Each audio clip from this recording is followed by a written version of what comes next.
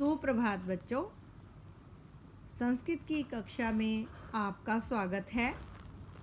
पिछली कक्षा में आपको याद होगा हमने कर्ता सीखे थे। आज हम सीखेंगे क्रिया। अब हम बात करेंगे क्रिया की। क्रिया बच्चों, जिसे आप इंग्लिश में वर्ब कहते हैं। हिंदी में तो क्रिया के बारे में आप जानते ही हैं। जिन शब्दों से काम के करने या होने का पता चले उन्हें क्रिया कहते हैं। संस्कृत में इसे क्रिया भी कहा जाता है और इसे हम धातु भी कहते हैं। और इंग्लिश में जैसा मैंने बताया इसे कहते हैं वर्ब। बच्चों, जो आप 3 फॉर्म्स ऑफ द वर्ब करते हैं उसकी तीनों फॉर्म्स जैसे present, past and past participle, उसमें से इसकी आज फर्स्ट फॉर्म जिसको आप प्रेजेंट फॉर्म करेंगे कहते हैं, उसके बारे में आज आप जानेंगे, सीखेंगे। प्रेजेंट, और उसी प्रेजेंट को हम हिंदी में बोलते हैं वर्तमान काल। यानी कि वर्तमान काल की फॉर्म प्रेजेंट फॉर्म, और उसको संस्कृत में बोलते हैं लट लकार। जैसे बोलते हैं प्रेजेंट टेंस, ऐसे बोलते हैं लट लकार। तो मैंने आपको पहले बताया कि क्रिया भी कहते हैं संस्कृत में वर्ब को, और धातु भी बोलते हैं। और आज हम एक चिर परिचित शब्द जिसे आप पढ़ना, पढ़ाई से शुरू करेंगे। पठ मीन्स पढ़ना।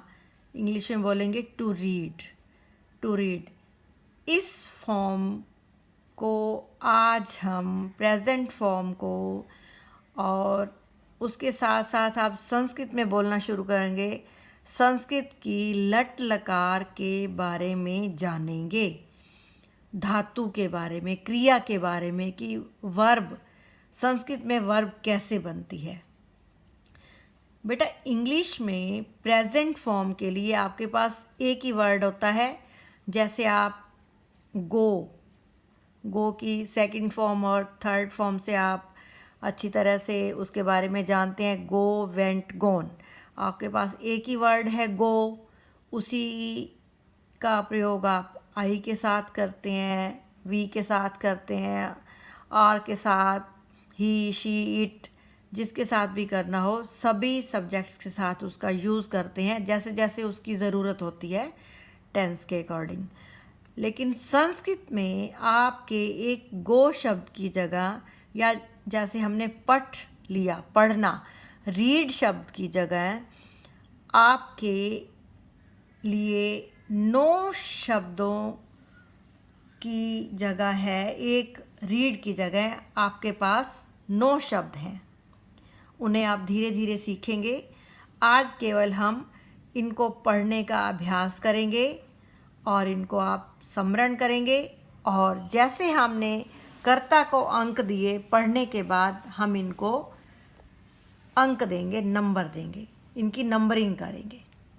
उसी प्रकार आप तालिका बनाएंगे, और जो जो मैंने इस तालिका में लिखा है वो पूर्ण रूप से आपका उत्तर पुस्तिका में मेंशन होना चाहिए, लिखा होना चाहिए, ताकि आप आसानी से सीख पाएँ।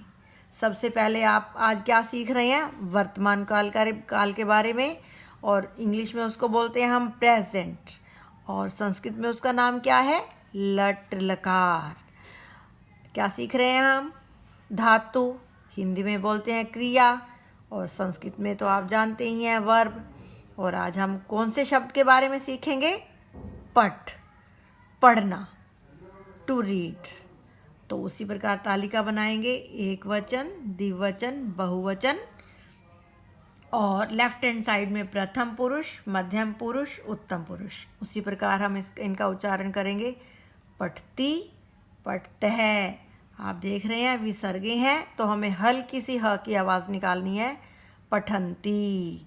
मध्यम पुरुष पठसी, पठथः, पठत।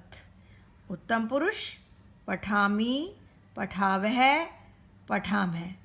अब कर्ता के जैसे इनको भी हम नंबर देंगे और उसी प्रकार प्रथम पुरुष से आरंभ करते हुए एक वचन, द्विवचन और फिर बहुवचन की ओर बढ़ते हुए 1 2 3, मध्यम पुरुष 4 5 6, उत्तम पुरुष 7 8 9। फिर वही पहले वाली बात दोहराऊंगी मैं, आपको हॉरिजॉन्टल वे में ही इनको लिखना है और हॉरिजॉन्टल वे में ही इनको लर्न करना है। कोई भी बच्चा वर्टिकली ना तो इनको लिखेगा और ना इनको याद करेगा। पूर्ण रूप से तालिका बनाकर जो जो चिन्ह मैंने अंकित किए हैं, जो जो मैंने लिखा है, वो सब लिखते हुए आपको पूर्ण रूप से इसका स्मरण करना है।